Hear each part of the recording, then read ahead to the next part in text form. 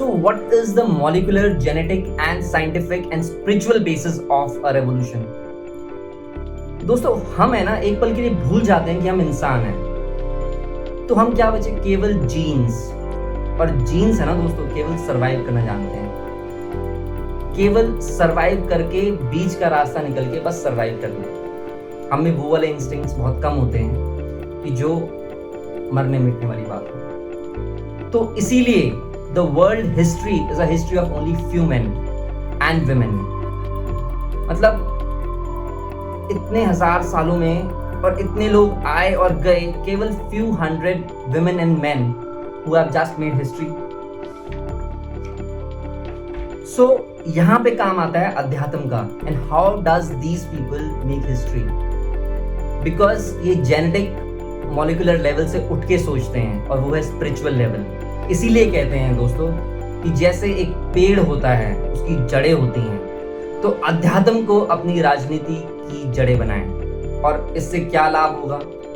आप इस जेनेटिकल और मॉलिक्यूलर लेवल से हटकर सोचेंगे जैसा इन बाकी लोगों ने सोचा। और क्या सोचेंगे दोस्तों? अगर आप स्पिरिचुअल लेवल पे सोचेंगे तो आपको पता चलेगा, या अगर आप अध्यात्म के स्टूडेंट हैं तो आपको पता चलेगा कि हम जीन्स नहीं हैं, we are souls and souls are birthless, deathless and eternal। we are only bodies that die and we are souls that never die। और ये जो महान लोग हैं ना, जो मरते मिटते हैं, जो क्रांति लाते हैं, वो यही सोचते हैं। दोस्तों जब सिकंदर मरने लगा ना, तो उसे एक साधु की याद आई। एक बार क्या हुआ, जब सिकंदर भारत आया तो एक साधु उसके पास गया। तो उसने कहा, सम्राट सोचो, अगर तुम मर रहे हो और तुम्हें प्यास से मर रहे हो और मैं तुम्हें एक लोटा पानी दूं, तो मुझे तुम अपनी जान के बदले में क्या दोगे? तो सम्राट सिकंदर ने कहा कि अगर मैं मर रहा हूं पानी की प्यास की वजह से, तो मैं अपनी जान के बदले तुम्हें क्या दूंगा? उसने कहा सम्राट ने कि मैं तुम्हें अपना सब कुछ दूंगा, मैं पूरा साम्राज्य दूंगा उस लोटे भर पानी के लिए। तो साधु ने कहा, तो इसका मतलब तो ये हुआ आपकी पूरी उम्र की कमाई हुई सारी चीजें इस लोटे भर पानी से ज्यादा कीमती तो नहीं है। उसने कहा, बात तो सही है। तो जब सिकंदर अपनी आखिरी सांसें गिन रहा था, उसकी एक ही उम्मीद और एक ही मंशा थी कि वो अपनी माँ से मिल पाए। वो अपने वैद्यों से कहता था, मुझे कुछ और घंटे जीने के दे दीजिए ताकि मैं अपनी माँ से मिलूं, पर ऐसा नहीं हो पाया और वो अपनी बिना माँ से मिले मर गया।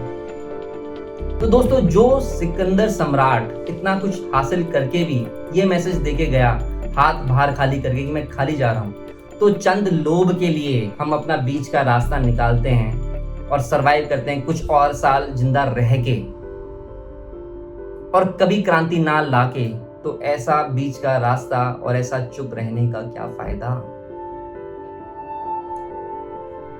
दोस्तों अगर एक बुद्धा, एक गांधी, एक सुकरात, एक अंबेडकर, ये एक लोग जो काम कर सकते हैं, याद करो यदि ये मैसेज पाकर हम सब ने ये जाना, तो क्या कुछ नहीं कर सकते हम लोग? What can happen if we all begin to stand up? And this is the first step of how to begin a revolution, that is stand up irrespective of the outcome।